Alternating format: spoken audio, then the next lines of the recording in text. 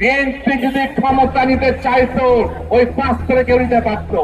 BNP বিজয় ভোটে কোন ক্ষমতায় যেতে চায় না। জিয়াউর রহমান, বেগম খালেদা জিয়া, নেতা তারেক রহমান, এই জিয়া বংশ স্বাধীনতার যুদ্ধের সঙ্গে জড়িত। এই বংশকে ধ্বংস করার জন্য অনেক পরিকল্পনা হয়েছে, নস্বাত হয়ে গেছে সবকিছুই। আগামীতে আমরা দেখতে পাচ্ছি লড়াই সংগ্রামের দল, চ্যালেঞ্জিং দল, একমাত্র নির্ভরশীল মানুষের দল, একমাত্র আস্থার দল, সেটি হলো বিএনপি। অনেক দল আমাদের দেশে সৃষ্টি হয়েছে, শেষ হয়ে গিয়েছে। বিএনপি সৃষ্টি হয়েছে শেষ হওয়ার জন্য নয়।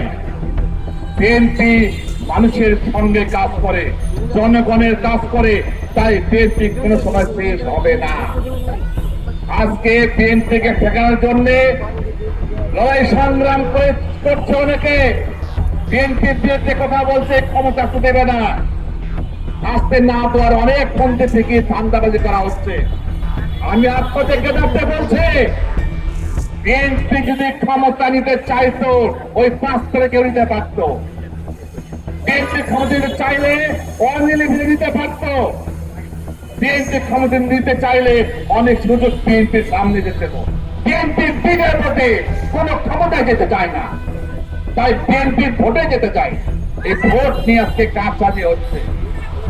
এই বিএনপিকে আজকে বদনামে নেওয়ার জন্য তিনকে তাল বানিয়ে প্রচার করা হচ্ছে। যারা প্রচার করছেন, আপনাদের ইতিহাস আপনার দেখেন, আপনাদের ব্যাকগ্রাউন্ড একটু হিসাব করে আসেন, আর যার সঙ্গে আপনার মাথা ঢোকাতে আসছেন তাদের ব্যাকগ্রাউন্ড একটু দেখেন। বিএনপি পাহাড়ের মতো দল, এখানে ঠোকা থেকে লাভ হবে না, মাথা পেটে যাবে, রক্তাক্ত হয়ে যাবে। বিএনপি কিছুই হবে না, যে পাহাড়ের মতো দাঁড়িয়ে থাকবে। আজকে বিএনপিকে বদনাম করার জন্য যে কথা বলা হচ্ছে আপনারা সব জানেন। কি কারণে দেশের মানুষ আসে আন্দোলন করে, আজকে তাকে বিতাড়িত করে দেশ থেকে বের হয়েছে, সে বক্তব্য দিচ্ছে দেশের বিরুদ্ধে।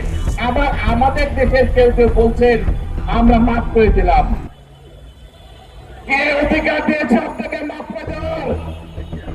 যারা লড়াই সংগ্রাম করে জীবন দিয়েছে, রক্ত দিয়েছে, এই 5 আগস্ট পর্যন্ত 17 বছরে তাদেরকে জীবন দান আপনি না দিয়ে আপনি মাফ করে দিলেন। আমরা বলেন ভারত কষ্ট পাবে এমন কিছু কাজ আমরা করবো না।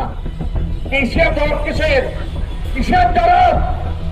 এদেশের মানুষ ভারত পাকিস্তান বোঝে না, বোঝে বাংলাদেশ।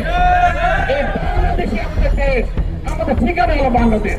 এই দেশকে যে ষড়যন্ত্র করবে কোন অবস্থাতেই তাকে দেশের নয় ছাড়বে না। এই যদি নির্বাচন নিয়ে কোনো ফয়সলা করা হয়, নির্বাচন নিয়ে যারা খেলছেন, নির্বাচন নিয়ে যারা ষড়যন্ত্র করছেন, আপনারা বুকে হাতটা বলেন দেশের মানুষকে ভালোবাসেন না। আপনার ধর্মকে ব্যবসা করবেন, ক্ষমতার ছিনিচিকা ব্যবহার করবেন। আপনার জনগণের কাছে কদিন গিয়েছেন, কি কাজ আপনার জনগণকে করেছেন? 71 সালের পর থেকে ক্ষমতা যাওয়ার স্বপ্ন দেখছেন।